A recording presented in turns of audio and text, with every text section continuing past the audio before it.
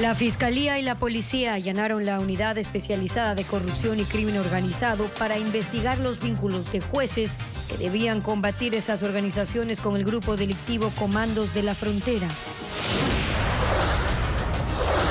La audiencia de juzgamiento del caso Nene contra el hijo de la vicepresidenta Abad no se instaló por la ausencia de su abogado sospechoso en otro delito. Ciudadanos que buscan un pasaporte denuncian dificultades para agendar una cita y demora de hasta 6 meses para obtenerlo en el registro civil.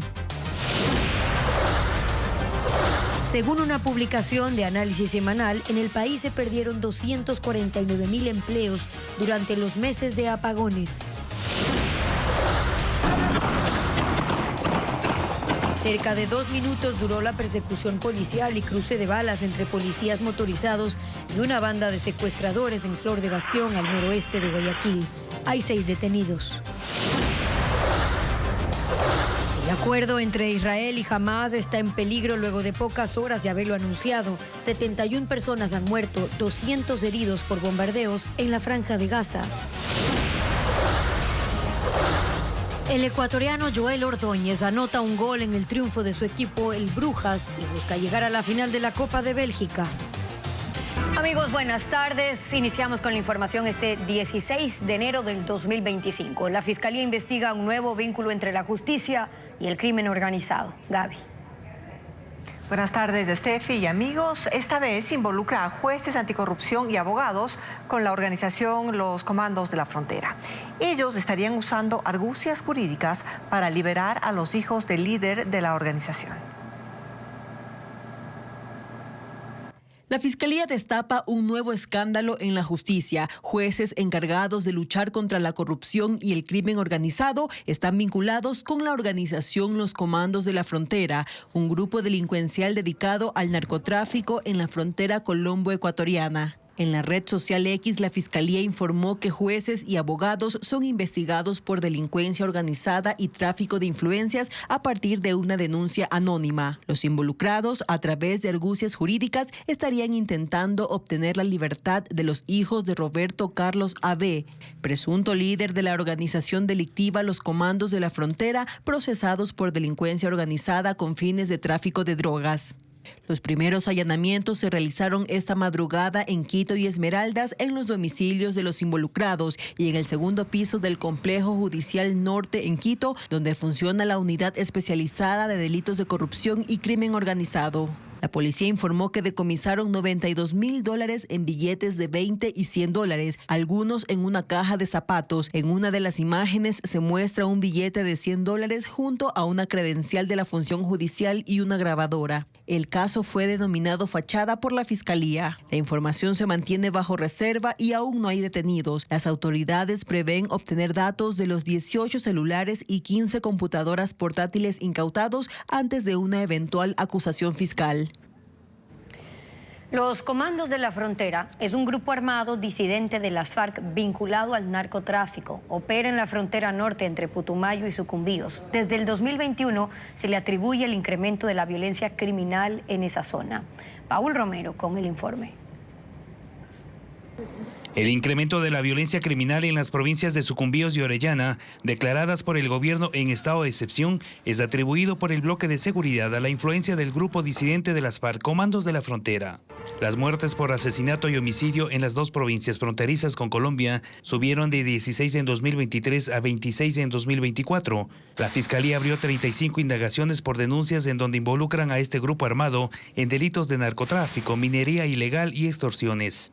En agosto de 2024, el bloque de seguridad atribuyó a esa organización el asesinato de 3 policías que fueron emboscados en el cantón Joya de los Hachas. En marzo, el comandante del ejército, Fernando Adati, denunció que integrantes de esa organización atacaron a una patrulla de inteligencia militar cerca del río San Miguel, donde murió un soldado. Los informes oficiales señalan que ese grupo controla con violencia las rutas de la droga por los ríos San Miguel y Putumayo y en el interior del Ecuador desde Sucumbíos hasta los puertos de Guayas, Manabí y El Oro, en alianza con los Lobos. 3 cabecillas de esa organización han sido detenidos en Ecuador. Juan Carlos Chulca, alias Chavalo, en julio de 2024 en Manta. Carlos y Kerly Álvarez, hijos de Roberto Álvarez Vera, considerado como el financista de la organización en Ecuador.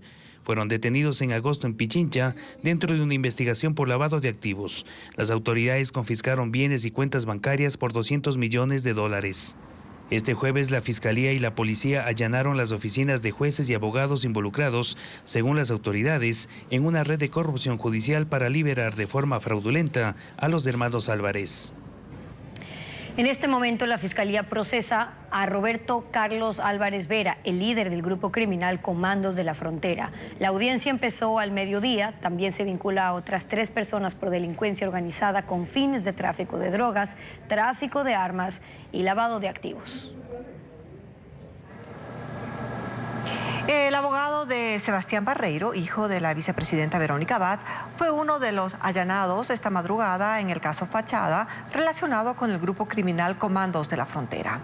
Por esta razón no acudió al juicio de Barreiro en el caso Nene y la audiencia se declaró fallida. Jacqueline Rodas con los detalles.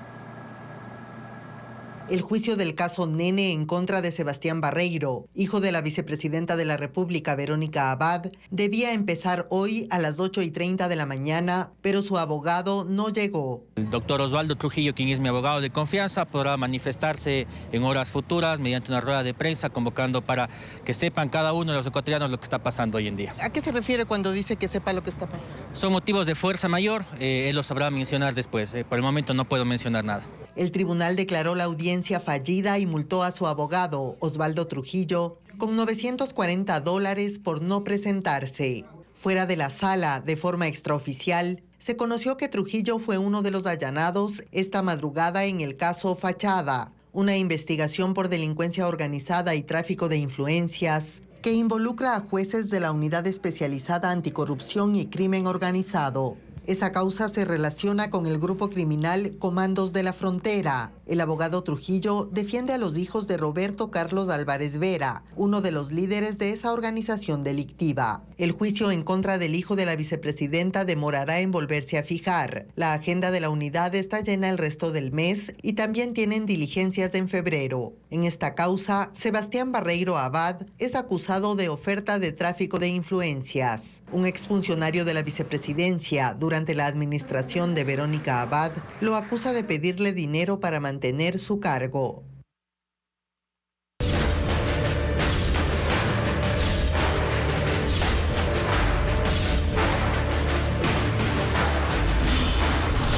Elecciones 2025. La campaña electoral es la evidencia de que la polarización política entre correísmo y anticorreísmo está más viva que nunca. Aunque esta división viene de antes, hoy evidencia una nueva realidad electoral en el país. La polarización política en el Ecuador goza de buena salud. Tan alimentada está que de 16 candidatos inscritos, 14 juegan el rol de fantasmas, no pesan. Electoralmente por ahora no existen. Esa dinámica de extremos se cultivó con cuidado. El correísmo se construyó durante 10 años de una gestión apalancada en el tecnopopulismo y en un aparataje constitucional, trabajando a toda máquina para posicionar la imagen del líder y su gestión. La postura contraria se hizo de a poco. Su arcilla fueron los excesos, el autoritarismo, la corrupción, la guerra a la prensa, su desprecio a los más elementales principios de la democracia. El correísmo en una década consolidó una clientela que hasta ahora le ha sido funcional. Tiene una votación sólida que lo posiciona siempre en los primeros lugares de las preferencias, lo cual, aunque no sea suficiente para llegar a Carondelet, le ha servido para pasar a la segunda vuelta y tener un amplio grupo parlamentario. El anticorreísmo ha pasado por distintas manos: Lenín Moreno, Guillermo Lasso y ahora Daniel Noboa, y de su solidez no se tienen certezas. De hecho, una de sus características ha sido su incapacidad para dotar a esta tendencia de gobernabilidad. Esta bipolaridad existe en el mapa electoral pese a que la clase política y otras voces interesadas repiten como mantra que no se debe insistir en la división y el enfrentamiento. Y hablan de consensos como si estos se pudieran dar prescindiendo de una contraposición de tesis y actitudes ante la democracia. De esa ingenuidad se alimentan los dos actores políticos que encabezan esta campaña polarizada. Ellos confrontan entre sí y le dicen al resto que es malo hacerlo, y el resto les cree, les hace caso, y allí está su magro porcentaje. Por todo eso, es que el país se evidencia anclado a esas dos banderas que, aunque están en los extremos, se parecen. Y esto indica que algunas realidades electorales pueden estar cambiando, que el electorado está cansado de la fragmentación, de la sábana electoral, y que definitivamente la política mutó al espacio donde los electores privilegian en los periodos electorales las percepciones creadas antes que las realidades que ya no animan las campañas. Israel acusa al grupo Hamás de generar una crisis de último minuto, modificando detalles del acuerdo de cese al fuego alcanzado ayer. El primer ministro Benjamín Netanyahu afirmó que no implementará la tregua hasta no aclarar la situación, mientras continúan los bombardeos en Gaza con decenas de víctimas mortales. En los bombardeos de la noche del miércoles y la mañana de hoy han muerto 71 personas en Gaza. Los heridos son 200 y la tregua peligra. Luego del anuncio de un alto al fuego, estaba pendiente la aprobación de Israel, pero el primer ministro Benjamín Netanyahu acusó a Hamás de querer extorsionarlos con concesiones de último minuto, fuera del borrador elaborado en Qatar. Así lo dijo el portavoz israelí David Menzer. El grupo Hamás ha incumplido el acuerdo sobre los rehenes en un intento de chantaje y ha creado una crisis de último minuto. El gabinete israelí no puede reunirse para acordar el alto al fuego hasta que Hamás acepte todos los elementos del acuerdo. Medios locales israelíes aseguran que Hamás insiste en elegir qué prisioneros serán liberados, violando el derecho de Israel de retener a terroristas de alto perfil. Pero Hamás niega haber hecho exigencias e insiste en que respeta el acuerdo, tal y como fue anunciado. El presidente Joe Biden y el mediador de Qatar anunciaron ayer una tregua de 6 semanas, en las que Hamás deberá liberar a 33 rehenes, entre ellos mujeres, personas de la tercera edad y enfermos, a cambio de cientos de prisioneros palestinos, mientras que las fuerzas israelíes deberán retirarse de las zonas más pobladas de Gaza y permitir el ingreso de 600 camiones diarios con ayuda humanitaria. Se incluye una segunda fase para negociar el fin de la guerra y la posterior reconstrucción de Gaza. El acuerdo debería entrar en vigor el domingo. Una persecución policial de menos de 2 minutos permitió la liberación de un taxista secuestrado en Flor de Bastión, en el noroeste de Guayaquil. 6 personas están detenidas, entre ellas un menor de edad. Melín Ochoa con la información. A las 4:57 del miércoles, delincuentes recibieron a bala a 4 policías que estaban en 3 motos patrullando el sector de Flor de Bastión en el noroeste de Guayaquil, una zona conflictiva de Nueva Prosperina. De inmediato empezó la persecución que quedó grabada en la cámara corporal de un agente. En las imágenes se observa cómo los uniformados seguían a toda velocidad a los ocupantes de un carro. El tercer motorizado avanza y encabeza el operativo. Con una mano mantiene el control de la moto y con la otra disparó 8 veces. Una de las balas impactó en la llanta del carro, que finalmente se detuvo tras chocarse contra un inmueble y darse una vuelta de campana en la calle. Por la ventana del carro salió uno de los ocupantes que fue detenido por los agentes. ¡Bótate al piso! ¡Bótate al piso! Mientras en la calzada los uniformados neutralizaban a otros 2 hombres y rescataron a un ciudadano que estaba en el asiento posterior. Se trata de un taxista informal que había sido secuestrado minutos antes. La acción policial duró casi 2 minutos y detuvieron a 3 personas. Un adolescente de 17 años y 2 jóvenes de 19 y 20 que tenían un arma y municiones. El taxista había sido golpeado y por ello permanece en una casa de salud. Su situación es estable.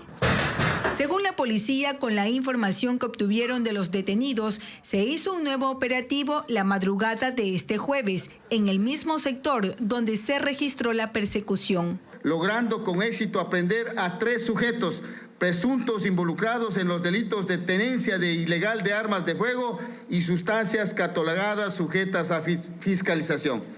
60 casas fueron allanadas en las que los uniformados decomisaron 3 armas, 100 municiones, droga, chalecos antibalas y motos reportadas como robadas. En total hubo 6 capturados de una misma agrupación delictiva. Chimborazo enfrenta desde hace 2 días una nueva escasez de gasolina extra y diésel. La terminal de San Juan de Riobamba, que provee a las 56 estaciones de servicio de la provincia, no ha entregado combustible debido a retrasos del suministro que llega por buques. Los conductores deben recorrer algunas estaciones para poder abastecerse y únicamente pueden hacerlo con un cupo máximo de $10. Petroecuador señaló esta mañana que 8 tanqueros transportarán los combustibles desde la terminal de Pascuales, en Guayas, hacia Chimborazo para retomar los despachos en esa provincia. Hay molestia entre los usuarios por el tiempo que se demoran para obtener un turno para tramitar pasaportes. Otros incluso no consiguen ingresar a la página. Y esto mientras en redes sociales se ofertan turnos inmediatos. Carla Delgado sigue el tema. Tramitar un turno para obtener un pasaporte se ha convertido en un martirio. Eso dicen los usuarios. Los testimonios se repiten en las cuentas oficiales del registro civil. Hay demora en la entrega, página colapsada, agendas llenas y problemas para ingresar al sistema de turnos. Jefferson Barrera fue este jueves al registro civil. Después de 6 meses, finalmente le entregarán el pasaporte a su esposa. Es muy difícil sacar los turnos porque toca estar a la cacería, ¿no? Viendo en la madrugada, en la mañana, mediodía, y por ahí latinamos y logramos conseguir un turno. Vinicio Ochoa lleva desde septiembre intentando tramitarlo. Bastante espera, no hay turnos habilitados, o sea, la página está totalmente colapsada y es difícil realmente. Televistazo hizo una prueba para ingresar al agendamiento de turnos del registro civil. Y este es el mensaje que aparece. Estimado usuario, la agencia seleccionada está próxima a ser habilitada para este servicio. Manténgase informado a través de nuestros canales oficiales. Esto ocurre mientras en Internet se ofertan turnos de pasaportes inmediatos. Las tarifas van entre $20 y $40. Ecuavisa pidió un pronunciamiento al registro civil desde el miércoles y en el Departamento de Comunicación dijeron no tener un vocero. Aunque dicen que los usuarios están siendo atendidos, tampoco informaron sobre el número de turnos que gestionan cada día.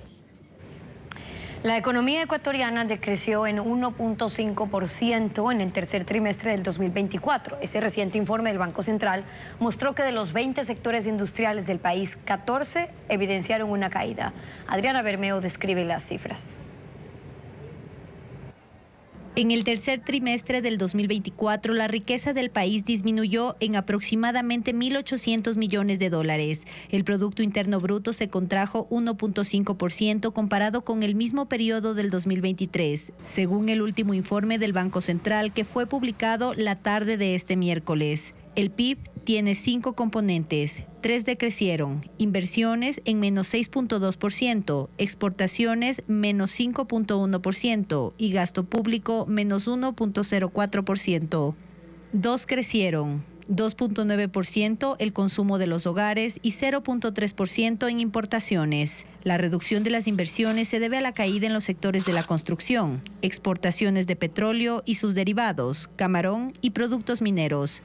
Y la reducción del gasto de gobierno estuvo asociada con la disminución de compra de bienes y servicios. El consumo de los hogares creció en compra de productos alimenticios y en el gasto en entretenimiento, inmobiliario, alimento y comidas. Las importaciones crecieron ligeramente debido a la mayor demanda de materias primas para la industria y para la agricultura. El informe del Banco Central determina que en el tercer trimestre analizado, 14 de las 20 industrias decrecieron. Las más afectadas son suministro de electricidad y agua en menos 9%, manufactura de productos no alimenticios en menos 5.4%, transporte y almacenamiento en menos 5.3%, minería en menos 5.1% e información y comunicación en menos 4.4%. Pero 6 industrias tuvieron crecimiento. Arte y entretenimiento 3.7%. Pesca y acuicultura en 3.2%, alojamiento y comidas en 2.6%, actividades inmobiliarias en 1.5%, agricultura y ganadería 0.8% y manufactura de productos alimenticios 0.1%. En general, las cifras del Banco Central confirman que el país se mantiene en recesión.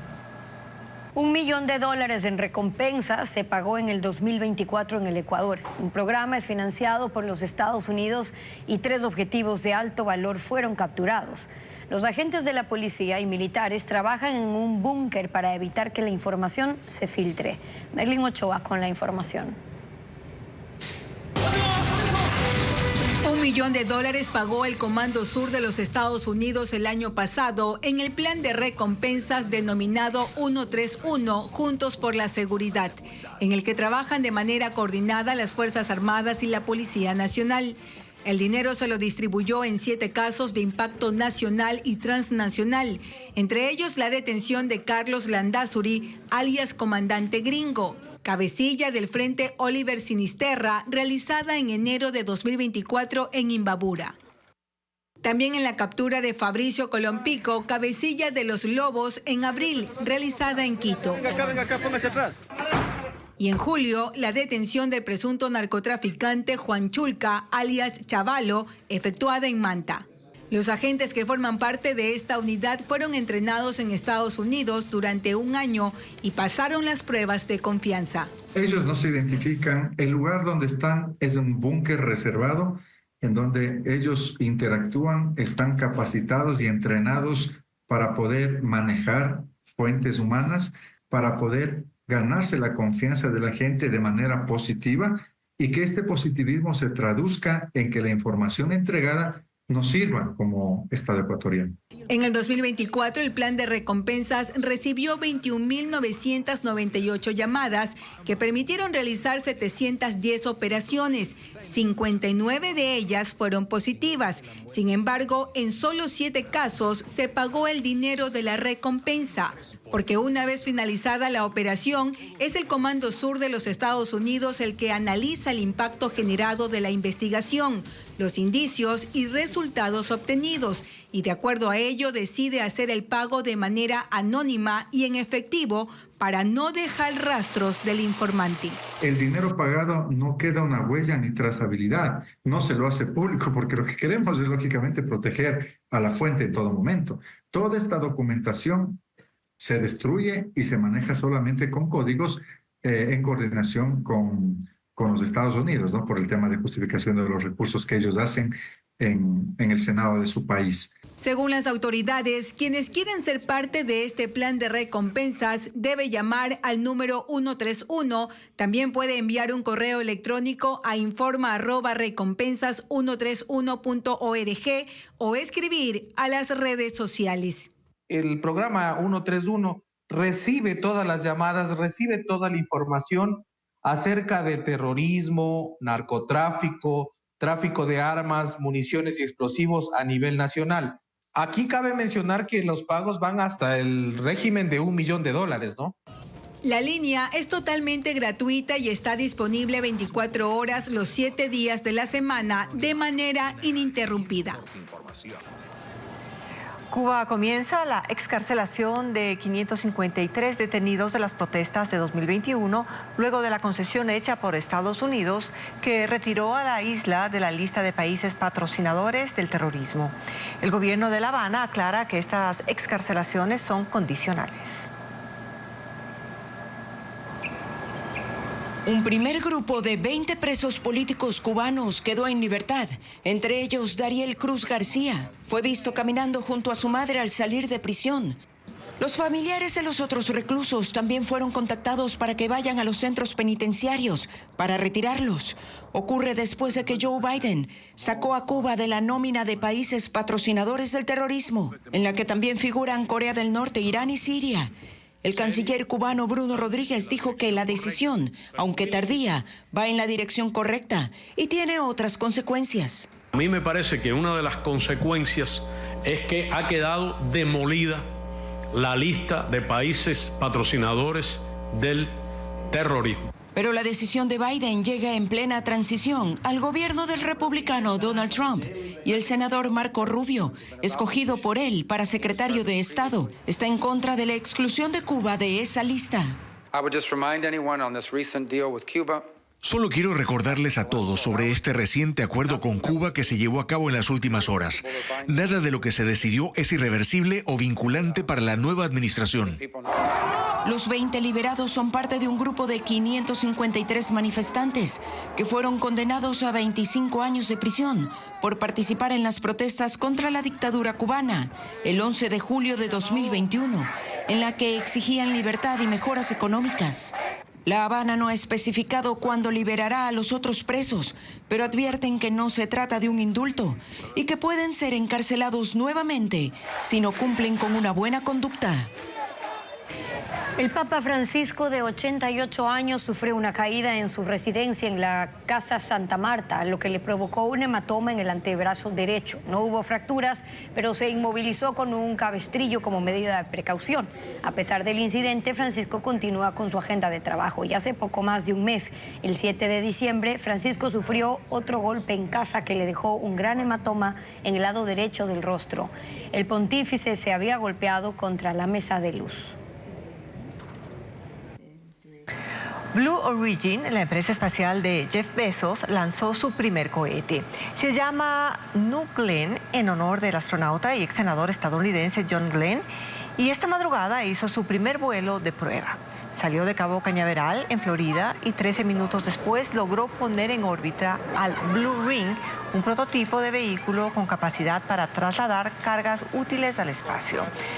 La misión buscaba además retornar el propulsor a una plataforma en el océano para su reutilización, pero este cayó al mar. Con esta prueba, Blue Origin acelera su competencia con SpaceX, la empresa aeroespacial de Elon Musk.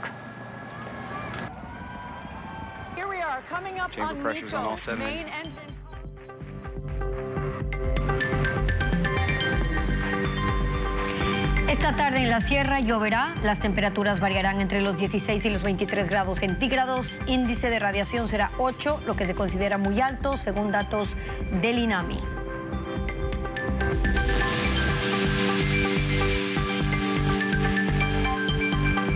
Y esta tarde en la costa también lloverá en la mayoría de las provincias. Las temperaturas variarán entre los 27 y 31 grados centígrados. El índice de radiación ultravioleta será 7, categoría alto. Estos son datos del INAMI.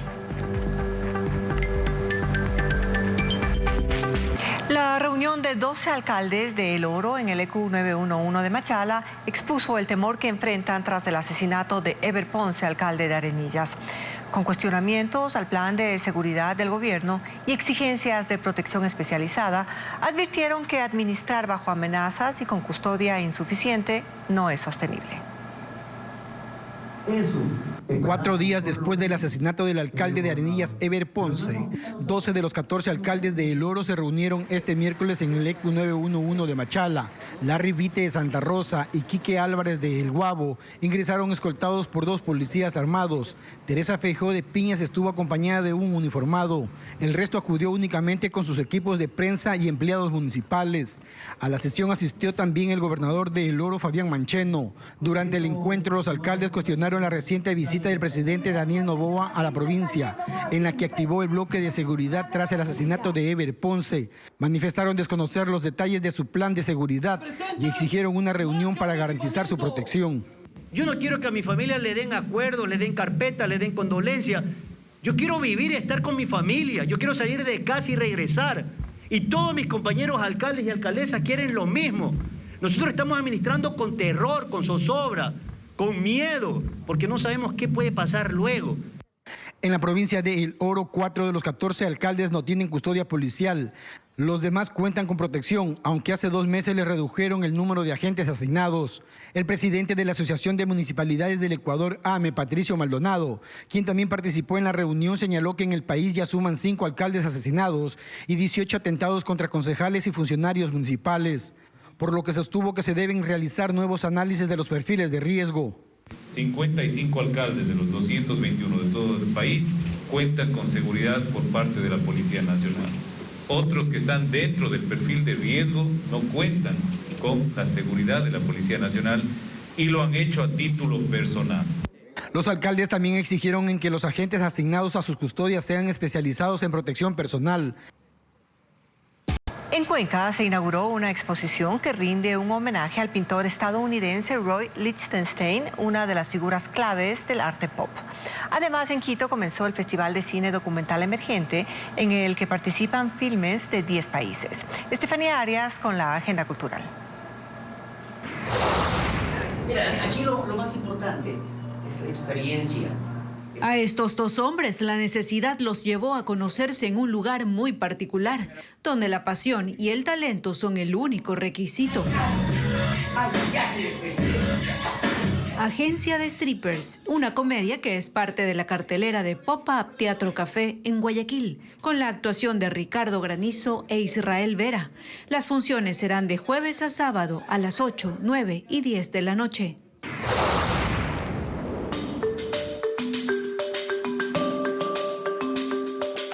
Telas, colores y cómics, 24 obras que rinden un homenaje al pintor estadounidense Roy Lichtenstein, una de las figuras claves del arte pop. Tramas es la primera exposición de arte contemporáneo del año que presenta la Casa de la Cultura Núcleo Azuay. Son piezas creadas por el artista Javier Guadalupe. La muestra gratuita estará abierta hasta el 15 de marzo, de lunes a viernes, de 9 de la mañana a 5 de la tarde.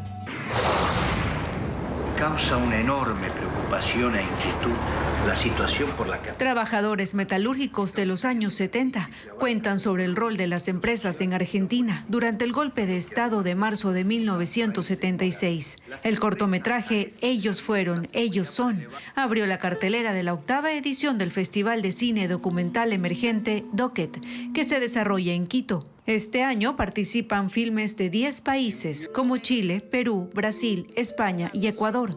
Las proyecciones gratuitas son en la Universidad Central del Ecuador en Quito hasta el martes 21. Los horarios y la cartelera están publicados en las redes sociales del festival. Duele en el alma haber perdido más de 60 personas en esas condiciones. La falta de trabajo es el segundo mayor motivo de preocupación para los ecuatorianos después de la inseguridad. Los apagones dejaron 249.000 plazas menos de septiembre a noviembre del 2024. El empleo joven es el más perjudicado. Los datos en el siguiente informe.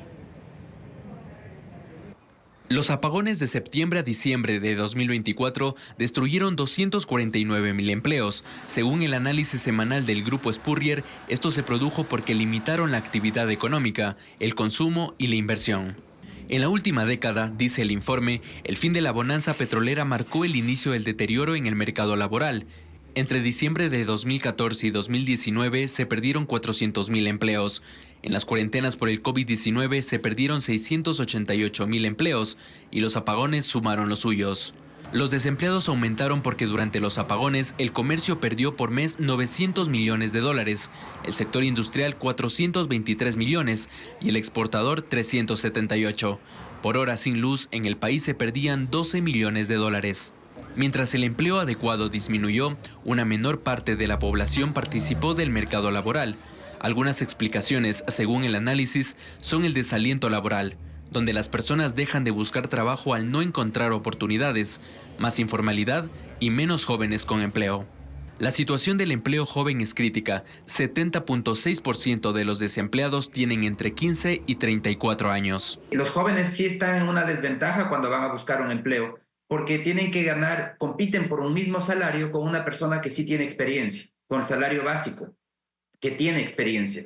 Entonces, está en una desventaja porque los jóvenes no tienen esa experiencia. Sobre los apagones, actualmente han sido suspendidos, no se han eliminado. Expertos en materia eléctrica indican que los cortes podrían durar hasta 2026. El Plan Maestro de Electricidad establece que se necesitan 17.000 millones de dólares en la próxima década en inversiones para desterrar los apagones. 17.000 millones, es decir, en promedio 1.700 millones de dólares por año. Recursos que el Estado no tiene y no los va a tener. Sin solución, los próximos apagones en el país van a golpear nuevamente la economía, que ya está en recesión.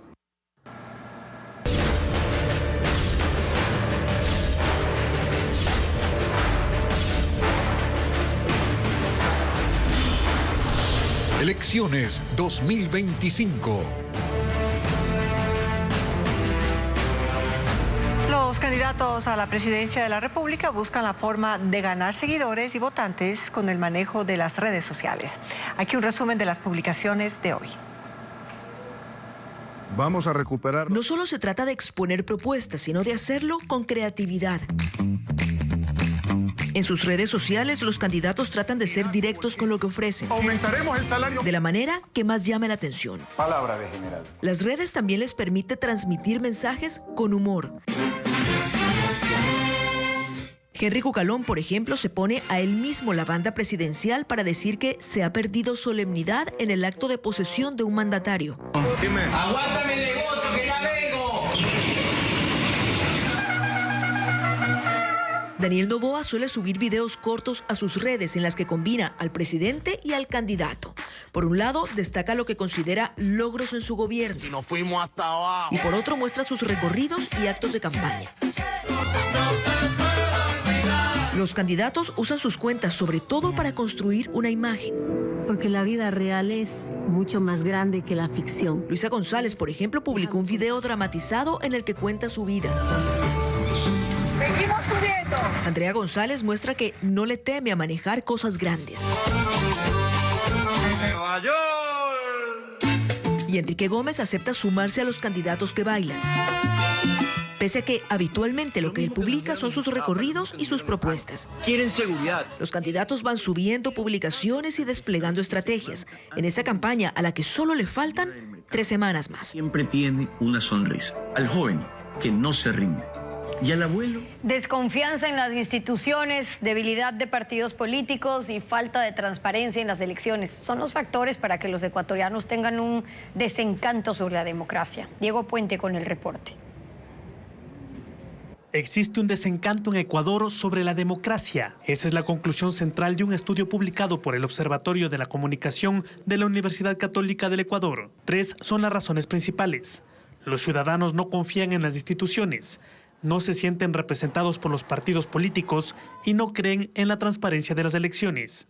La ciudadanía considera que la institucionalidad ecuatoriana es débil. El 73% de los encuestados dice que los presidentes de turno controlan las otras funciones, entre ellas la justicia. Ante la pregunta, ¿considera que existe independencia judicial? El 87.5% responde que no. La cultura y estructura actual de los partidos políticos es la segunda razón para desconfiar del sistema democrático. La población de 18 a 30 años considera que no hay partidos. La formación política es inexistente y que ya no actúan por ideología. De hecho, la sociedad ecuatoriana en los últimos años no vota por programas de gobierno de izquierda o de derecha, sino la gente tiende a votar más por ofertas. Si queremos darlo de otra forma, tenemos gobiernos de oferta y demanda. De 7.500 encuestados, el 84.4% dijo nunca haber participado en algún movimiento político porque considera que no lo representa. Y menos del 85% simpatiza con uno porque son consideradas organizaciones de alquiler. La desconfianza en las elecciones es el último factor del desencanto. En el estudio, el 68% de la población ecuatoriana no confía en los organismos de control electoral, entendiendo que cualquier candidato con algún tipo de poder puede llegar a ser el vencedor en una contienda política electoral. Cuando hay elecciones, apenas el 19.8% confía en los resultados. El 74% cree que se favorece a los políticos que ostentan el poder. El estudio revela una creciente tendencia a la polarización política y al discurso de odio. Esto se alimenta, dice Marco López, con la desinformación que consolida sesgos políticos, sobre todo en personas mayores de 30 años que no ven la tendencia contraria como rival, sino como enemigo. Una bailarina francesa se viralizó al practicar ballet en la Antártida, desafiando las bajas temperaturas. Victoria Dauberville es conocida por demostrar que el arte no tiene límites, creando coreografías en escenarios icónicos o con otras disciplinas. Estefanía Arias con las imágenes.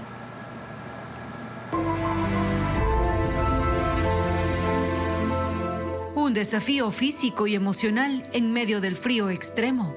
Es la bailarina francesa Victoria Dauberville, que sorprendió al mundo con un performance de ballet sobre un bulbo de proa de un barco en la Antártida. El video sobrepasa los 269.000 me gusta en su cuenta de Instagram. Fue el fotógrafo francés Matthew Forget quien capturó esta escena y para mostrar que no se trataba de un montaje, compartió el tras cámaras de cómo en medio de las bajas temperaturas se hizo la coreografía.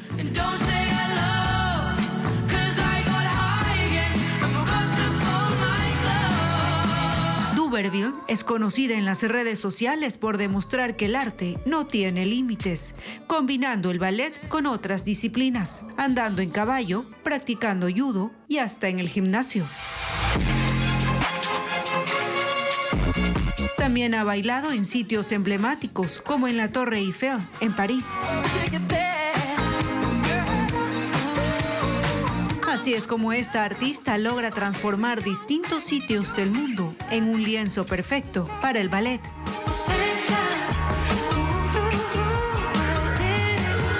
Concluimos. Gracias por acompañarnos en esta emisión. Recuerde que en ecovisa.com puede seguir las actualizaciones sobre las campañas y la preparación de los candidatos presidenciales para el debate.